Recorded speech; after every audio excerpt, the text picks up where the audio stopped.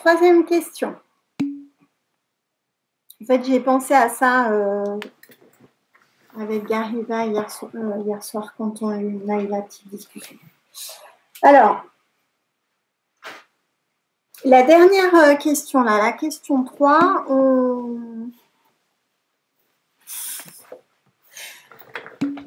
on doit calculer l'énergie.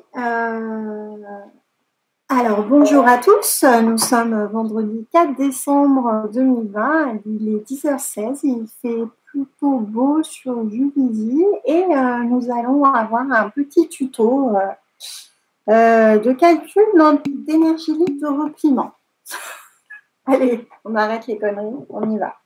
Alors, l'énergie libre de repliement, je pense pas. Ouais, Momo. Excusez-moi, peut-être que vous êtes passé, mais je n'ai pas fait attention. Comment vous avez déterminé D? Je veux dire, on n'a pas lambda. Enfin, peut-être j'ai mal vu dans lambda, les... en fait, c'est ton L, là. C'est ton petit L merdique dans l'exo, là, le 1,542. Dans l'énoncé, tu as la diffusion des rayons X utilisant l'arrêt du cuivre. Lambda égale 1,542 angstrom. C'est ça, le lambda. Ok, c'est bon, on a les onglets tout. Merci. C'est bon? Oui, c'est bon. Donc,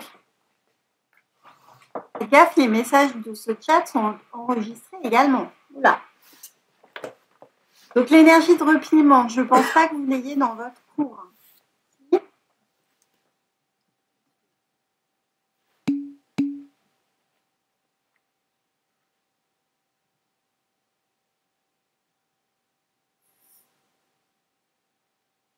Allez. Énergie de repliement, gamma E.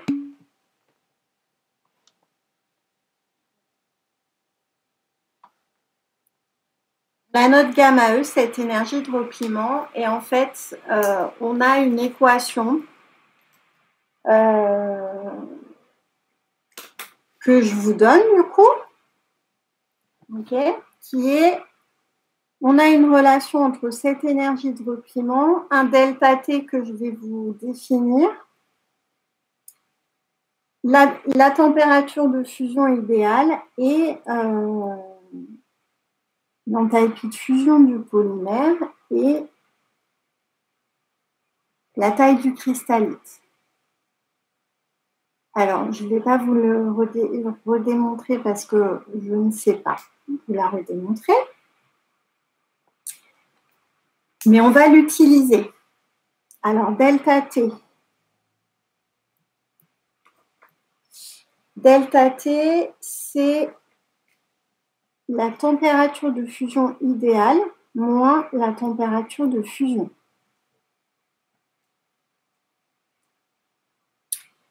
Votre delta HF, donc c'est l'enthalpie de fusion de votre polymère. D'accord? Enthalpie de fusion.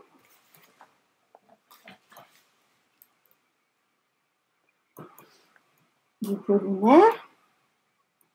D, donc c'est la taille du cristallite.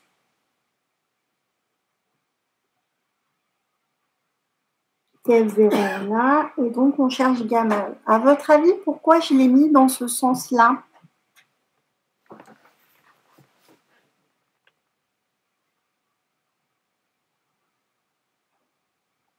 Ouais, pour ceux qui n'ont pas vu, hein. On se prépare. Ouais, Momo. C'est pour pouvoir isoler l'espèce de... le gamma E, je crois. Ouais, en fait... vu qu'on a D, on a F. Ouais. Alors, on a D pour chaque température de cristallisation. Oh, ouais. TF0 là, delta HF, on va pouvoir le calculer. Et le delta T, on l'a aussi. Alors, il faut que vous alerte sur un point, faites-moi penser à ça. Donc, en fait, si je trace, par exemple, c'est une des façons de faire, si je trace delta T en fonction de 1 sur D, alors on ne connaît pas la formule, le jour de l'examen, si jamais on vous la pose, on vous la donnera puisque ce n'est pas dans le cours et que ce n'est pas un truc à savoir. D'accord? Ça marche. Et donc, si on trace delta t en fonction de 1 sur d, on va se retrouver avec une pente qui inclut gamma E. Sachant qu'on connaît TF0 et qu'on va pouvoir calculer le delta HF, on va pouvoir sortir gamma E. Ça marche sur la démarche? Ouais. Momo, je t'écoute. Ah, pardon. Du coup, quand vous dites qu'on fait 1 sur D, on prend n'importe quelle valeur de D par rapport à de n'importe quelle température? Justement, en fait, le truc, c'est que tu vas encore une nouvelle fois, je suis désolée, tracer delta T en fonction de 1 sur D. D'accord? Donc, à chaque D, attends, pourquoi je monte ça? À chaque D, alors, j'arrive. Il faut que je refasse le tableau autrement parce que sinon, vous n'allez pas comprendre. OK? Est-ce que tout le monde a la formule là? Est-ce que tout le monde l'a écrite? Ouais, Momo? Ah non. Non, vous avez déjà répondu, ça, c'est resté tout seul, la main levée. Ok, ça marche. Donc, on est d'accord, il va falloir qu'on trace delta t en fonction de 1 sur d. Donc, dans notre tableau, enfin dans notre... jusqu'à maintenant, on a écrit tc et on a calculé d. D'accord? À chaque tc, et c'est là qu'il ne faut pas vous merder là, parce que généralement c'est là qu'il y a un souci, mon delta t, c'est TF0 moins TF. OK? Ça, c'est la définition. Donc, je serai vous, je rajouterai TF, qui est la deuxième ligne du premier tableau. Il ne faut pas que vous preniez les TC, il faut que vous preniez les TF. Ouais? Donc, je serai vous, je rajouterai une ligne dans mon tableau. Et donc, il faut que je calcule mon 1 sur D pour chaque delta T. Donc, delta T, je peux le calculer puisque TF0, c'est 348. TF, j'ai la ligne juste au-dessus. Le 1 sur D, je peux le calculer. Et donc, du coup, après ça, je peux tracer delta T en fonction de 1 sur D. Et trouver ma pente, qui est égale à 2 gamma E TF0 sur delta HF. C'est bon ça?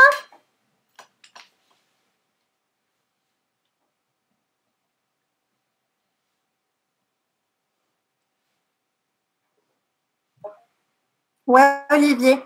Dis-moi, vous pouvez montrer le slide d'avant 2 secondes?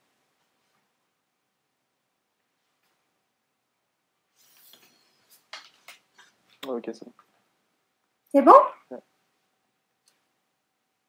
Ouais.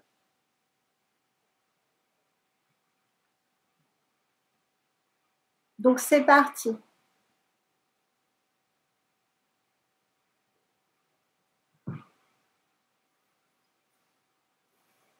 Et généralement, l'erreur qui se passe, c'est que vous prenez les TC du tableau des rayons X, alors qu'il faut prendre les TF correspondants. Donc déjà, faites gaffe à ça. Ouais, Momo.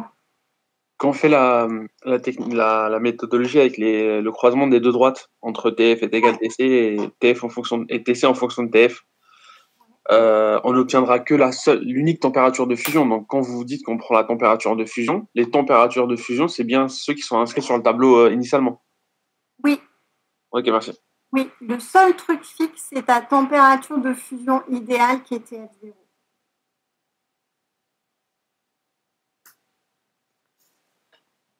Le TF bouge.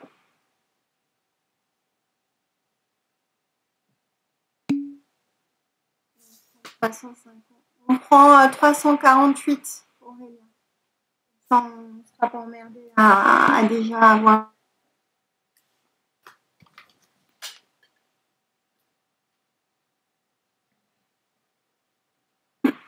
Donc TF0, 348. Déjà sur le tracé, c'est bon là? Ouais, toujours. Donc enfin, sauf en propriété méca, mais sinon, ouais, c'est toujours.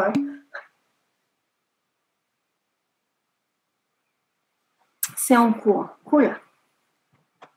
Je patiente.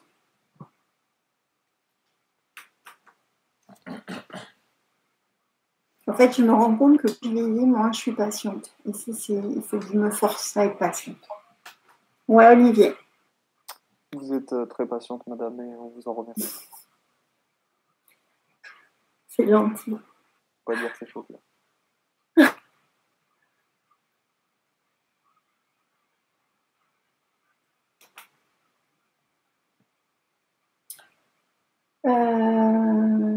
Tac.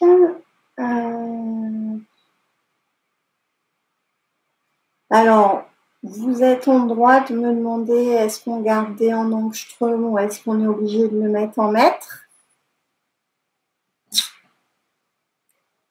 Je vous donnerai les résultats dans les deux unités. Généralement, il faut les mettre en mètres.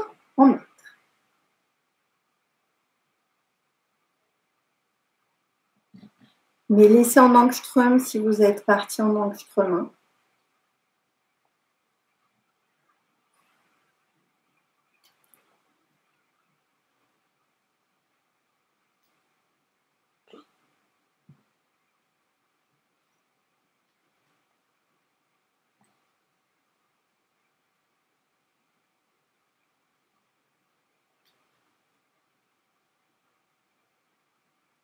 Vous me dites quand vous avez votre pente.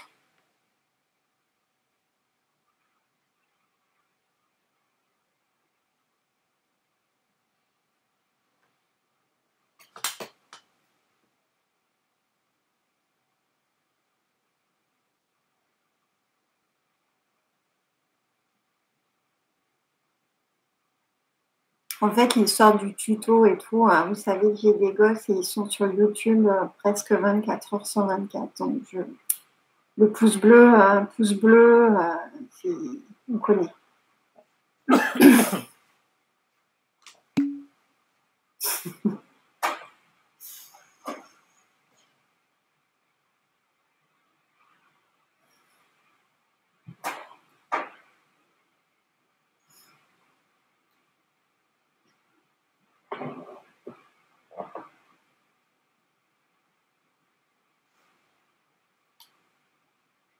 Ça se passe bien les calculs, là?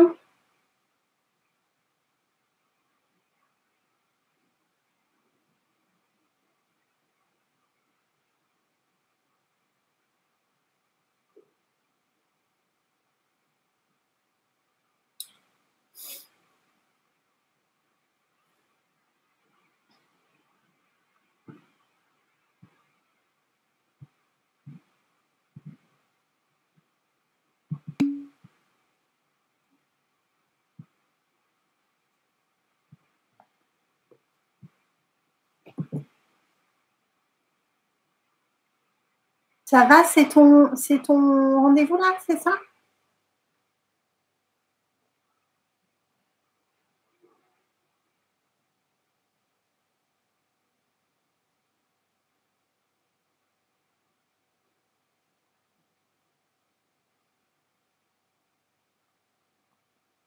Oui, j'avais compris que c'était... Ok, j'avais compris que c'était hier, mais en fait, c'est vrai, vu l'heure. Ok, ça marche. Courage.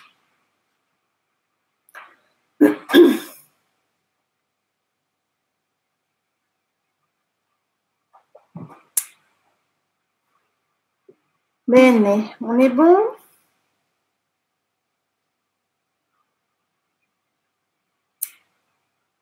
Est-ce que Florent a tracé un... Oh, boum, ça fuse là. Eh bien, c'est bien, Momo. Honnêtement, moi, j'ai 4988, mais ton 4969, il me va bien aussi. Hein.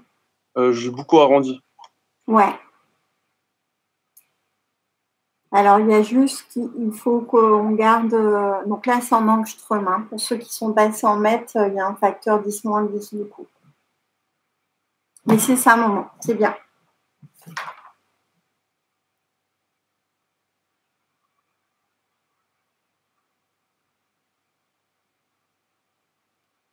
Et donc, la question subsidiaire, c'est quoi l'enthalpie de fusion du polymère et comment je la calcule avec les données de l'exercice.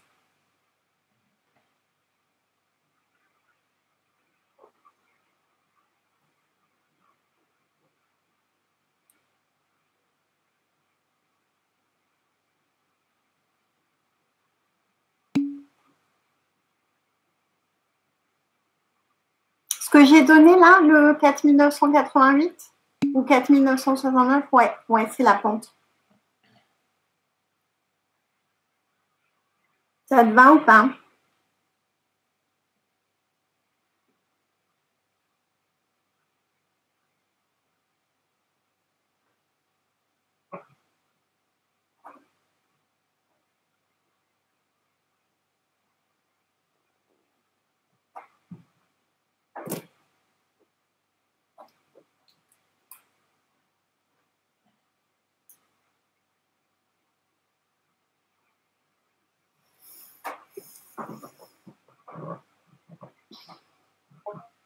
Ouais, Momo. Là, a priori, on peut déterminer gamma E puisqu'on nous donne l'enthalpie. Ou pas Est-ce du qu'on tout. a l'enthalpie directement? On a le delta de l'enthalpie. Ouais, mais on a surtout, là, ce qu'on nous donne dans l'exo, c'est l'enthalpie de fusion du polymère 100% cristallin. Ok? Ah, ok. Sauf qu'on le sait, un 100% cristallin n'existe jamais. Et on nous dit la cristallinité des échantillons est égale à 45%. Ah, ok. Donc ça veut dire... Il y a un produit en quoi à faire. Ouais, exactement. En fait, 100% cristallin, ça correspond donc à 100% de cristallinité. Or là, on est à 45%. Donc ton delta HF, il va être égal à 45%. Ouais, Aurélien.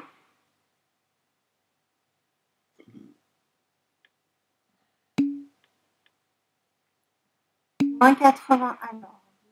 Ouh! T'es passé en mètres?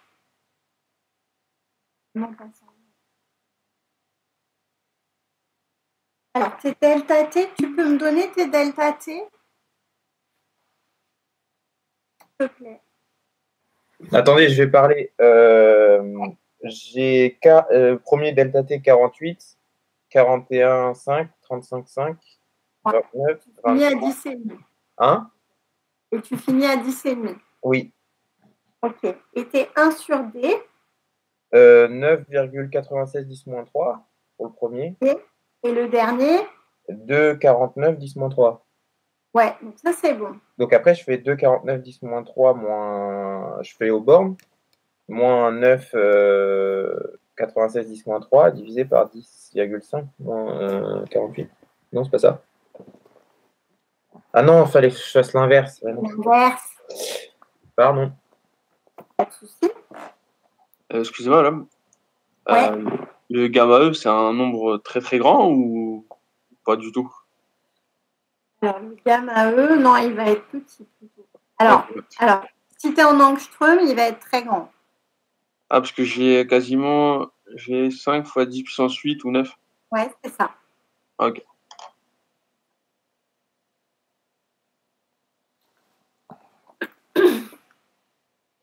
Est-ce que tout le monde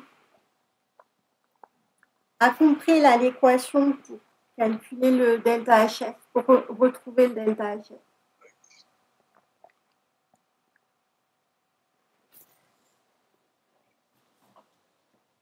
Madame?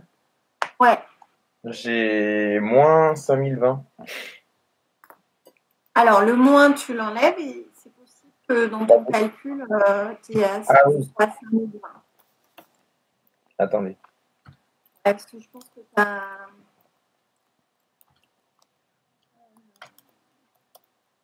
Ouais, j'ai 5020. Ouais. Bon, c'est pas loin, hein? Du coup, je garde ma valeur? Ouais, si tu veux. Ok.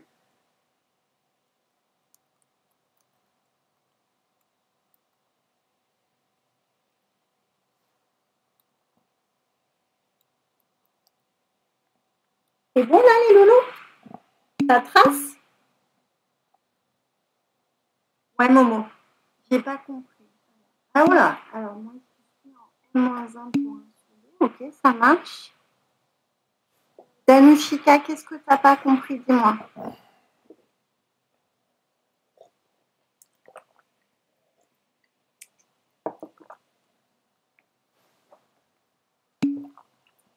Comment on trouve delta HF? Ok. La cristallinité, on a différentes façons de la calculer. La cristallinité, ça correspond à la proportion de zones cristallines par rapport aux zones totales. Cette cristallinité, on nous dit là dans l'exercice qu'elle est de 45%. C'est le fameux qui. 45%. Ça veut dire que dans tout ton volume, tu vas avoir 45% de zones cristallines. On te donne l'enthalpie de fusion du polymère s'il était 100% cristallin. D'accord?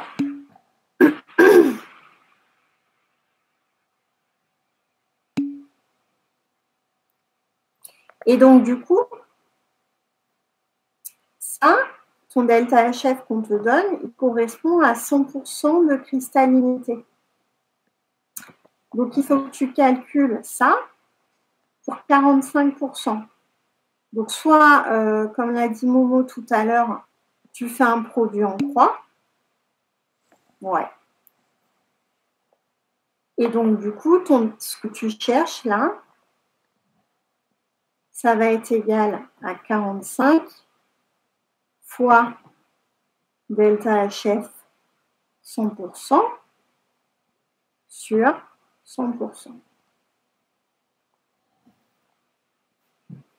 Ça marche?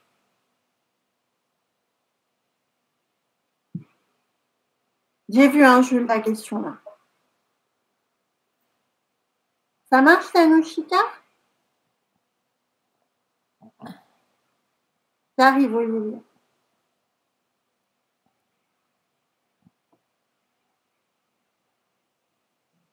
Et donc, du coup, si vous voulez une valeur, c'est 6,75 10 puissance 7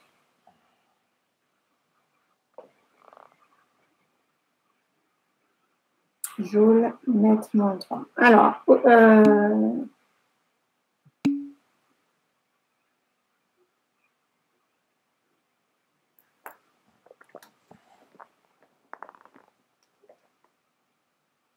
ouais, c'est ça, Jules. C'est juste une question de 10 puissance. Tu es en angstrom et tu trouves 5,02. Il te manque un 10 puissance 3. D'où ça peut venir ce truc-là?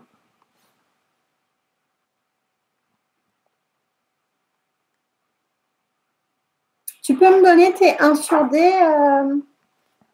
Jules?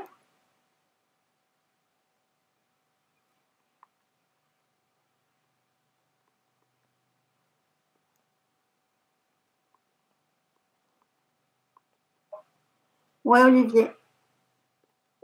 Juste pour. Enfin, moi, c'est le delta F à 100%. Du coup, on va le trouver en fait avec. Vu qu'on a maintenant la valeur de la. On va pouvoir c'est ça, transformer l'écriture pour trouver delta F.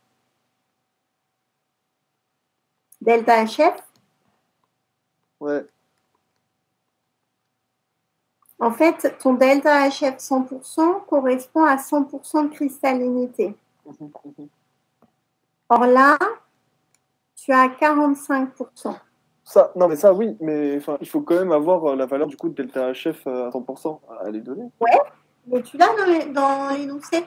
Alors, pourquoi on n'a pas directement fait delta HF normal? Ah non, mais en fait, c'est à sigma E qu'on cherche. Gamma E, ouais. Gamma E, ouais, ok. Ouais, ok, super. Merci. C'est bon? Ouais. Alors, dis-moi tout. Ouais. Ouais, bah, je trouve 9,96 10 moins 3 à 2,49 10 moins 3 sur les bornes. Ok, ça marche. Et tes delta T? 48 à 10,5. Ok. Et donc, qu'est-ce que tu as fait après? J'ai fait YB moins YK sur XB moins XA. Donc j'ai fait 10,5 moins 48 sur 9,80 sur 2,49 10 moins 3 moins 9,96 10 moins 3. T'as bien mis les parenthèses? Peut-être. Attendez, j'ai regardé. Ouais, c'est bon, Sangavi. 5020, ça marche. Ça me va. J'ai peut-être pas mis les 10 moins 3 en fait. Ouais, il y a une connerie de ce type-là. Hein, et du coup, tu retombes sur tes pattes avec un 10 puissance 3. Alors, c'est bon jeu? Oui. Xavier. Xavier.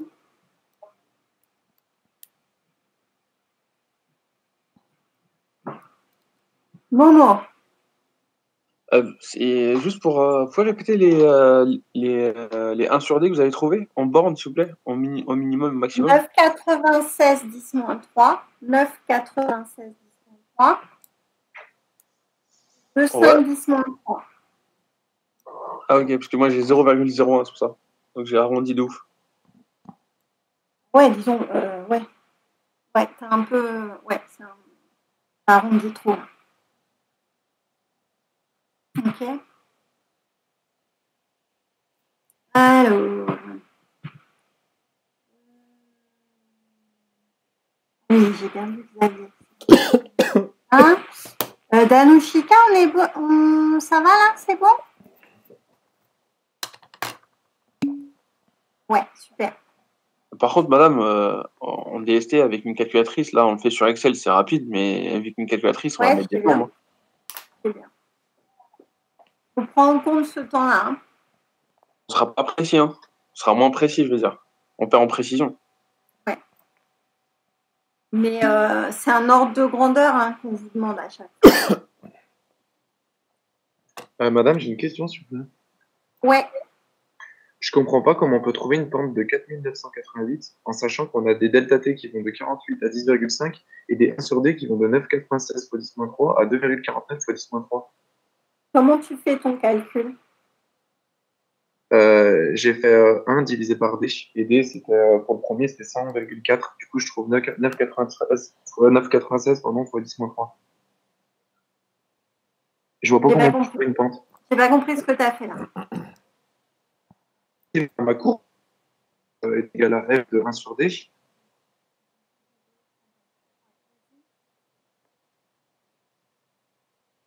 là ou pas? Connexion. Je l'ai perdu ou pas? Il a des problèmes de connexion, madame. Ouais. Ouais, je vois ça. La patience, la patience. Je travaille. Je jure, je travaille. Alors, en fait, le calcul de la pente, c'est le même. Moins YA et moins XA. Donc, c'est bon, Jules, tu as récupéré tes petits là?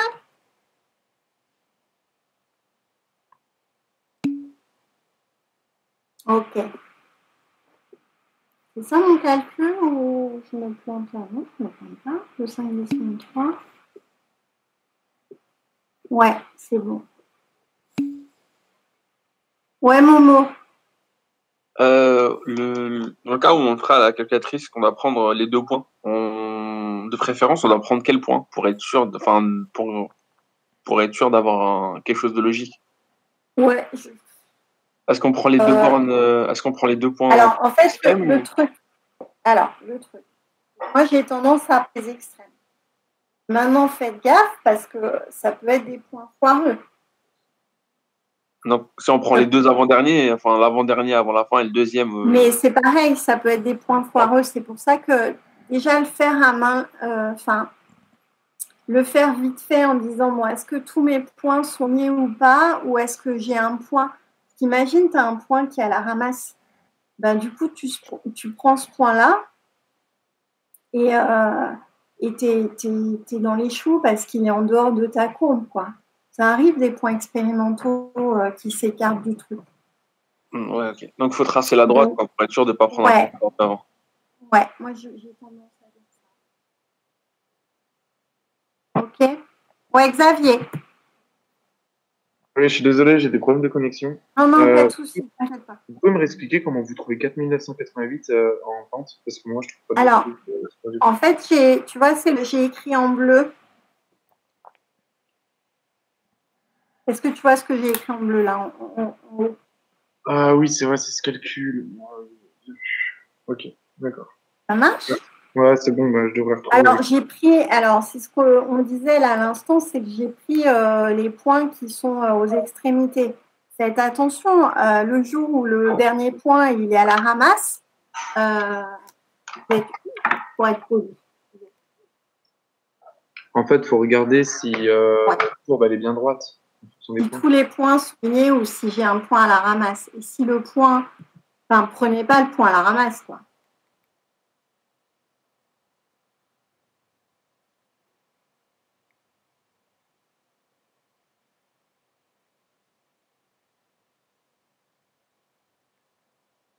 Ok. Ceux qu'on finit peuvent attaquer gentiment le 15. Ouais, Jules. Et donc, vu que je faisais le calcul, j'ai pas très bien compris comment on faisait ensuite pour déterminer l'enthalpie, enfin l'énergie libre du repliement de la chaîne. Alors, du coup, on a la pente. Ça marche? On a TF0. Le delta HF, on vient de le calculer. Ben voilà. Gamma E, du coup, ça va être ma pente fois delta HF sur 2 TF0.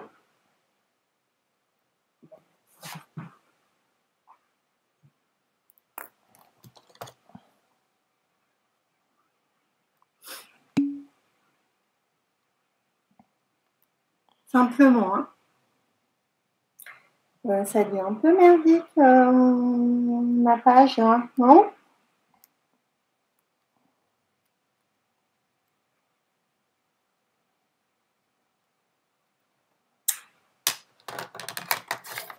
Ce qui nous donne quoi en gamma E, du coup, Florent?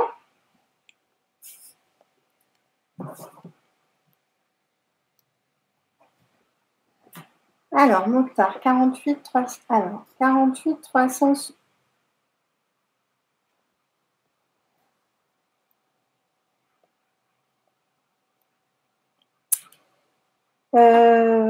Alors, en quelle unité tu es, Mokhtar?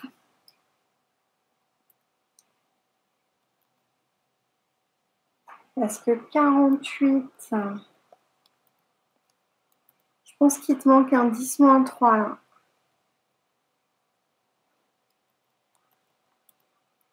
Est-ce que tu peux me confirmer que tu as un 10-3 qui te manque quelque part? Gamma, E, c'est l'épaisseur. Non, Aurélien. Gamma E, c'est l'énergie de repliement. Ton épaisseur, c'était D.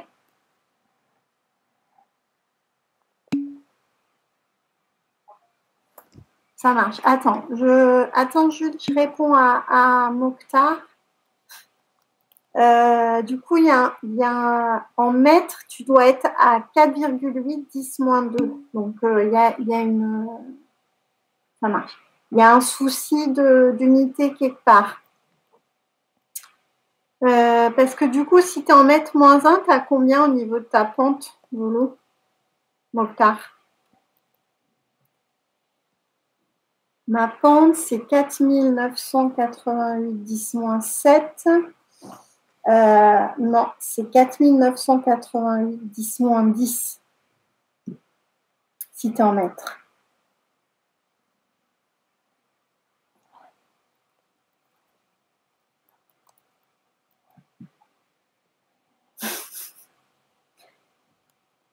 Tu regardes ça, je réponds à Jules, je reviens vers toi. Jules, je t'écoute.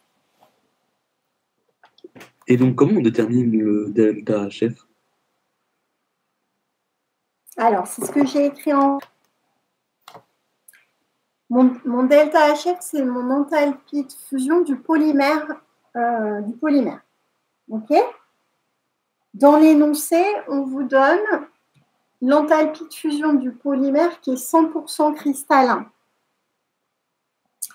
Mais on vous dit, attention, on n'est pas 100% cristallin, on a une cristallinité de 45%. Et on fait un produit en croix. Et on fait un produit en croix. Yes, indeed. Ça marche?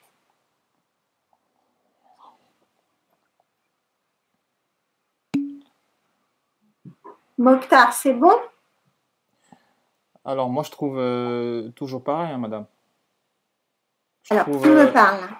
C'est Mokhtar. Ok, pardon, je n'ai pas reconnu ta voix. Alors, quand je suis en mètres... Alors, attends.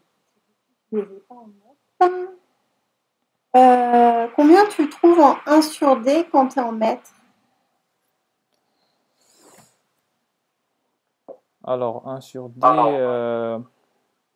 pour TF à 300, exemple, je trouve 99 601,5.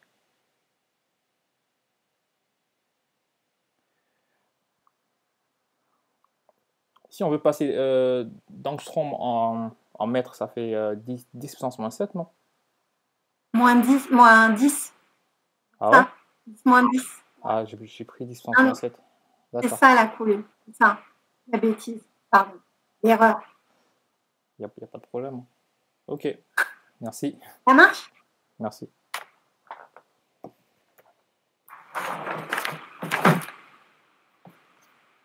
Bon, c'est bon? 4,88 10 puissance 8. Ouais.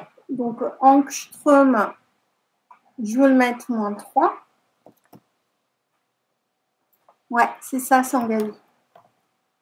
Il faut juste mettre l'unité. Hein. Angstrom, je veux le mettre moins 3.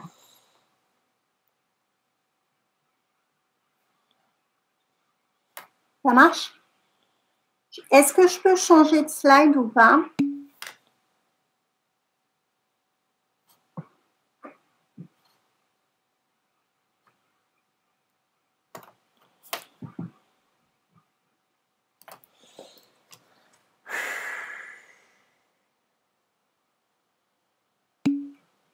Ouais, ok.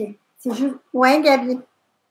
Elle a quoi comme allure, la courbe de delta T en fonction de 1 sur D? 1 sur D, ouais, s'il vous plaît. Quoi? Oula. Bon. Je vais le refaire alors. Parce que t'as quoi du coup, toi? Moi, j'ai un truc en exponentiel, de toute façon. Ah ouais, il y a un problème. Ouais, un gros problème. Alors, éventuellement, ce que je peux faire, c'est vous donner les valeurs. Enfin, vous faire un scan ou vous faire un truc avec les valeurs que je trouve. Est-ce que ça vous aiderait, ça? Ouais, ça peut être intéressant, s'il vous plaît. Ok. Merci.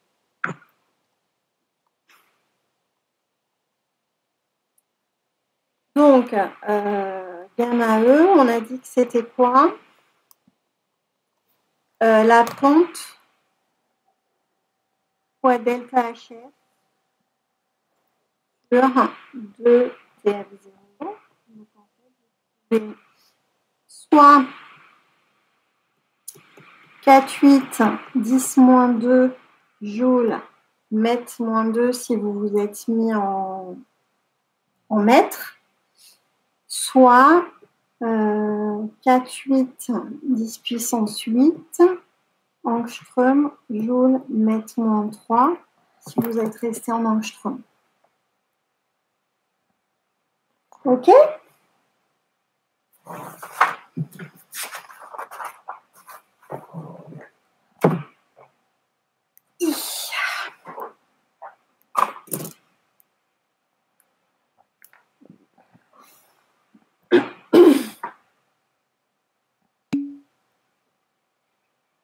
Alors, 5,86 10 puissance 8. Vous savez combien en pente? Marina, vous savez combien en pente? OK. Ton TF0, tu as pris égal à quoi?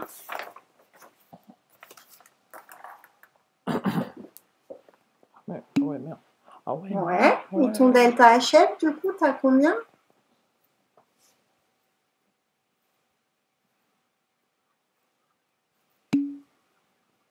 C'est 75 10 puissance 7. Alors, on a exactement les mêmes valeurs, du coup, je comprends pas bien comment on peut être aussi différente sur le gamma E. Tu peux refaire ton calcul, s'il te plaît?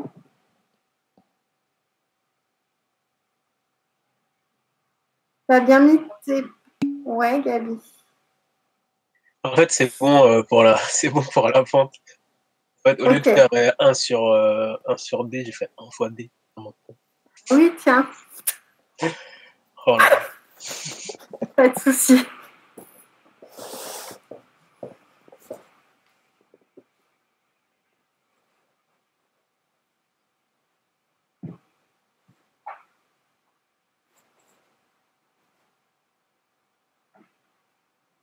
Vous passez au 15, ce qu'on finit là?